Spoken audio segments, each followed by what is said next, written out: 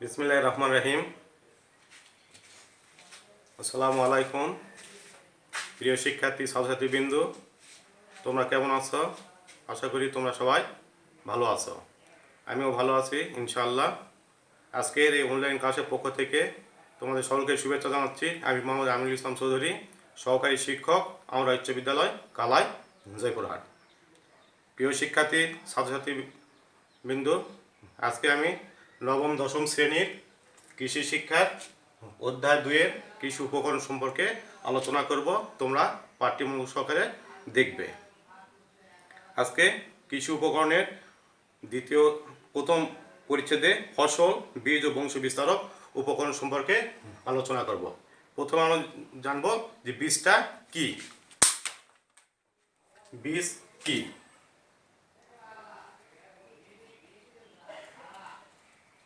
বীজ কি? বীজ হচ্ছে উদ্ভিদ বংশবিস্তারের প্রধান মাধ্যম। বীজটা হচ্ছে উদ্ভিদ বিস্তারের প্রধান মাধ্যম।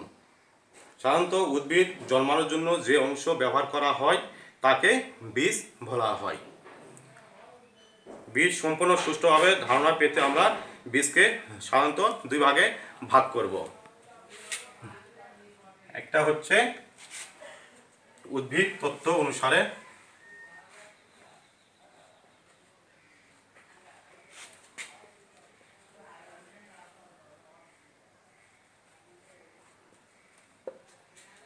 আর 2 নম্বর হচ্ছে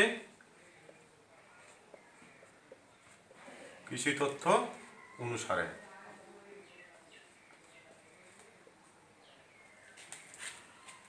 এখন উদ্ভিদ তত্ত্ব অনুসারে বীজ হচ্ছে নিষিক্ত পরিপক্ক ডিম্বকে বীজ বলে। উদ্ভিদ তত্ত্ব অনুসারে বীজ বলতে নিষিক্ত পরিপক্ক ডিম্বককে বীজ বলে। এ ধরনের বীজকে ফসল বীজ বা প্রকৃত বীজ বা উদ্ভিদ তাত্ত্বিক বীজ বলা হয়, যেমন ধান, গম, সরিষা ইত্যাদি। আর কৃষি তত্ত্ব অনুসারে বীজ বলতে যে কোনো উদ্ভিদের যে কোনো অংশ যা উপযুক্ত পরিবেশে একই জাতের নতুন উদ্ভিদের জন্ম দিতে পারে তাকে বীজ বলে।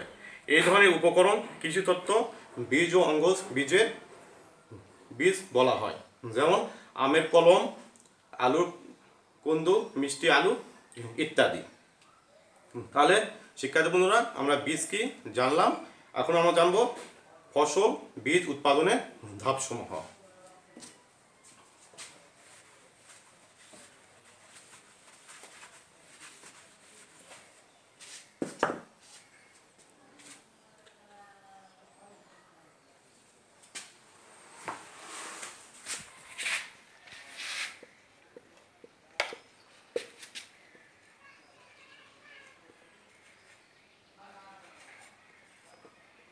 ফসল বীজ উৎপাদনের ধাপ সমূহ। বীজ উদ্ভিদের একটি জটিল প্রক্রিয়া। বীজটা হচ্ছে উদ্ভিদের একটি জটিল প্রক্রিয়া। উন্নত মানের বীজ পেতে হলে যথাযথ নিয়ম ও পদ্ধতি অনুসরণ করতে হবে। ফসল উৎপাদনের জন্য যে সব ধাপ অতিক্রম করা হয়, বীজ উৎপাদনের জন্যও সেরকমই অগ্রসর হতে হবে। পার্থক্য হলো এই যে বিচ্ছিন্ন ফসল বীজ যেমন ধান, পাট, গম, মরিচ ইত্যাদি উৎপাদনের ক্ষেত্রে নিম্নলিখিত ধাপগুলো অনুসরণ করতে হবে। ধাপগুলো হচ্ছে প্রথমে বীজ জমি নির্বাচন। বীজ জমি নির্বাচন।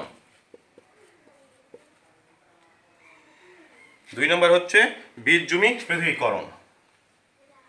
বীজ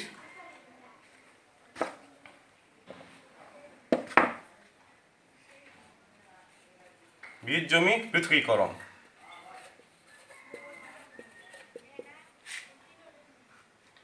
3 নম্বর হচ্ছে বীজ সংগ্রহ।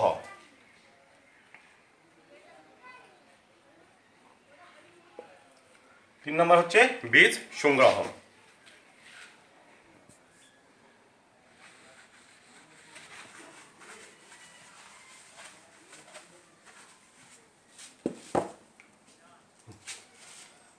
4 নম্বর হচ্ছে বীজের হার নির্ধারণ।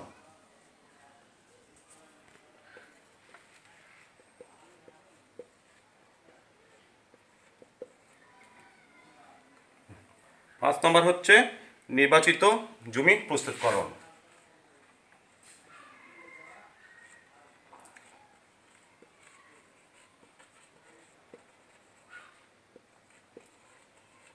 নির্বাচিত জমি প্রস্তুতকরণ। 6 নম্বর হচ্ছে বীজ বপন। বীজ বপন। 7 নম্বর হচ্ছে রোগিং বা বাছাইকরণ।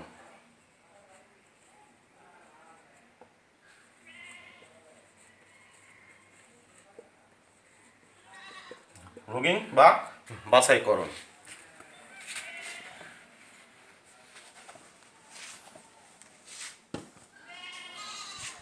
8 নম্বর হচ্ছে পরিচর্যা।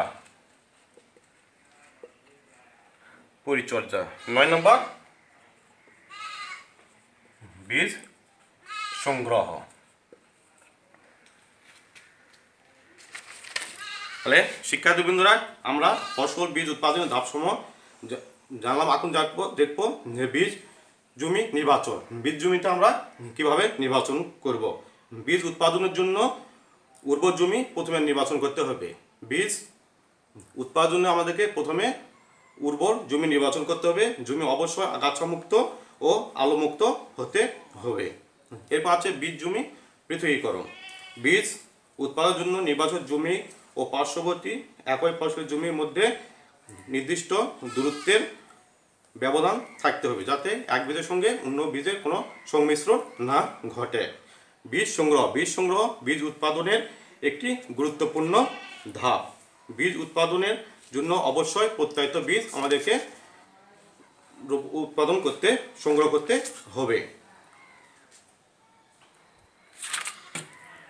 বীজ সংগ্রহের সময় নিম্নোক্ত তথ্য আমাদেরকে জেনে নিতে হবে। প্রথমত দেখতে হবে যে বীজের জাত।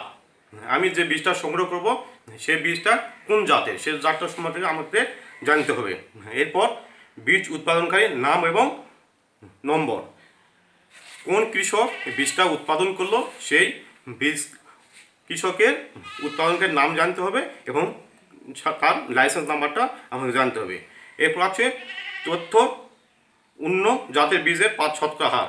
দেখতে হবে যে বীজে অন্য জাতের শতকরা হার কত আছে, এটা আমাদের জানতে হবে। এরপর হচ্ছে বীজ অঙ্কুরোদ্গমের ক্ষমতা কত, এটা আমাদেরকে জানতে হবে এবং বীজের আর্দ্রতা কেমন সেটা জানতে হবে এবং বীজ পরীক্ষার তারিখ, কোন তারিখে বীজটা পরীক্ষা করা হচ্ছে, কৃষি অফিস থেকে পরীক্ষা করেছে সেই তথ্যটা আমাকে জানতে হবে।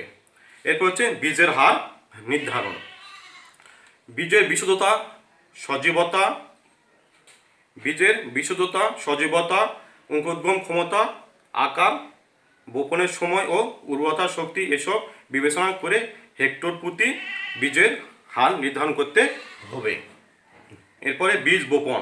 নির্বাচিত ফসলের বীজ উপযুক্ত সারিতে বপন করতে হবে। এরপরে রোগিং ও বাছাই। বীজ বপনের সময় অবশ্যই বীজ বপনের সময় যতই বিশুদ্ধ বীজ আমরা বপন করি না কেন সেখানে কিছু অবাঞ্ছিত বীজ বা উদ্ভিদ জন্মায়, এগুলোকে আমাদেরকে অবশ্যই বাছাইকরণ করতে হবে এবং এই বাছাইকরণ করতে হলে আমাদেরকে 3টি পদ্ধতি অবলম্বন করতে হবে।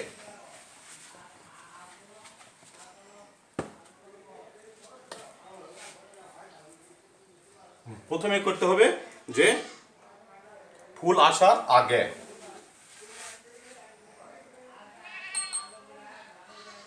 ফুল আসার আগে, তারপরে ফুল আসার পরে,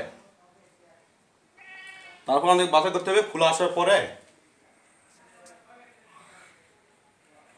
ফুল আসার পরে এবং 3 নম্বর করতে হবে পরিপক্ক সময়, পরিপক্কের সময়। এই 3টি পদ্ধতিকে আমাদেরকে অবলম্বন করতে হবে। এরপরে আছে পরিচর্যা। বীজ উৎপাদনের জন্য খুব ভালো পরিচর্যার প্রয়োজন হয়। নিচে এগুলো আলোচনা করা হলো, যেমন সুষম সার ব্যবহার করতে হবে, জৈবিক সার প্রয়োগ করতে হবে, প্রয়োজন সেচ দিতে হবে, বৃষ্টি পানি বা সেচের পানি যাতে সহজে নিষ্কাশন হয় সেদিকে ব্যবস্থা নিতে হবে এবং আগাছা পরিষ্কার করতে হবে, রোগ ও পোকা দমন করতে হবে এবং সারের উপরিভাগ প্রয়োগ করতে হবে। প্রিয় শিক্ষার্থী বন্ধুরা, এখন আমরা জানব যে বংশবিস্তার উপকরণের ধাপসমূহ।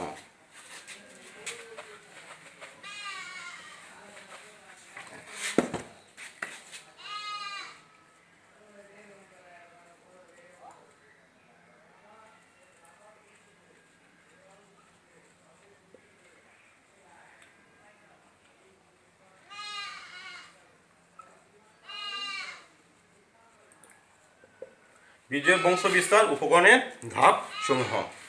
বাংলাদেশের ফুল ও ফলের চারা অঙ্গজ পদ্ধতিতে উৎপাদন খুব প্রয়োজন খুব বেশি, কারণ এসব গাছের বংশ বিস্তার প্রকৃত বীজের মাধ্যমে ফুল ও ফল থেকে পেয়ে সময় বেশি লাগে এবং মাতৃ গাছের বৈশিষ্ট্য বজায় থাকে না। এছাড়া অনেক ফসলের প্রকৃত বীজ দ্বারা বংশ বিস্তার ঘটানো সম্ভব হয়। এরপর প্রিয় শিক্ষার্থী বন্ধুরা, এখন আমরা জানবো যে বীজ আলু উৎপাদন পদ্ধতি। বীজ আলু উৎপাদন পদ্ধতিতে প্রথমে আমাদেরকে জানতে হবে কি জমি নির্বাচন ও তৈরি।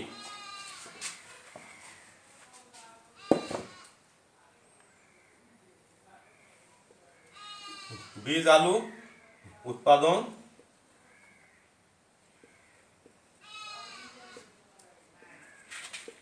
পদ্ধতি প্রথমে আছে যে জমি নির্বাচন ও তৈরি।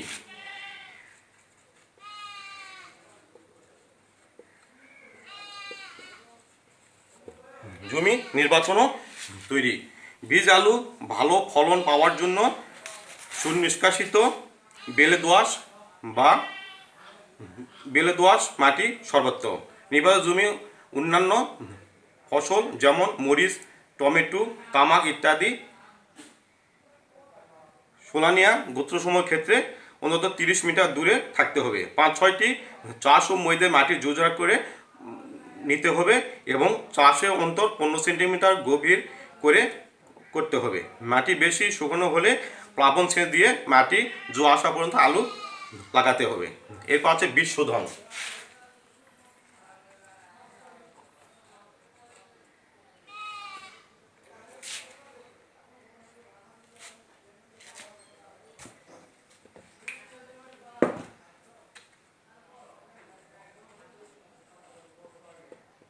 বীজ শোধন হিমাগারে রাখার জন্য বীজ শোধন না করা হয়ে থাকলে অঙ্কুর গজানোর পূর্বে বীজ আলু বোরিক অ্যাসিড দিয়ে শোধন করে নিতে হবে। এরপর বীজ প্রস্তুতি।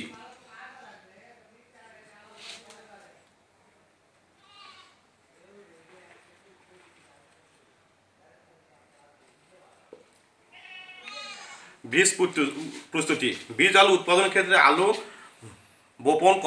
বপন করা ভালো, কারণ অন্তবীজ রোপণের পর এগুলো রোগাক্রান্ত হওয়ার আশঙ্কা থাকে। আলু কেটে লাগালে কর্তিত অংশে 2-3টি চোখ অবশ্যই রাখতে হবে। আলু কাটার সময় ব্যবধান বারবার সাবান দিয়ে পানি, ছুরি ও বটি পরিষ্কার করা উচিত।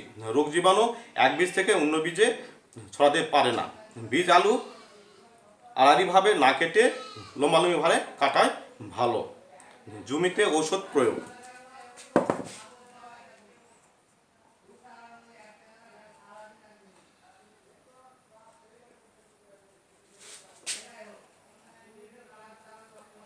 জমিতে ঔষধ প্রয়োগ।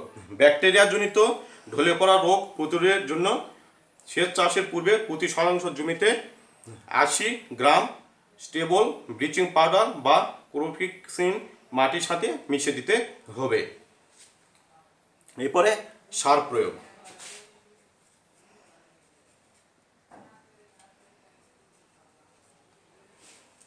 সার প্রয়োগ দুটি কারণে আলুতে সুষম সার প্রয়োগ আবশ্যক। প্রথমত, সুষম সার প্রয়োগ করলে আলুর উৎপাদন বৃদ্ধি পায় এবং উৎপাদিত বীজ অঙ্কুর গুণগত মান ভালো হয়। প্রিয় শিক্ষার্থী বন্ধুরা, এখন এটুকু আমি যতটুকু পড়ালাম তোমরা এর পাঠ্যে মনোযোগ সহকারে দেখবে এবং বাড়িতে পড়ার চেষ্টা করবে।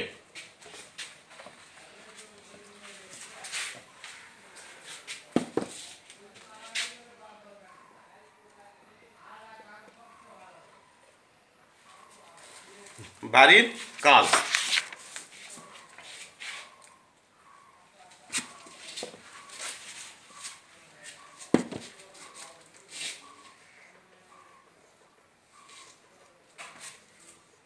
বীজ কি? ফসল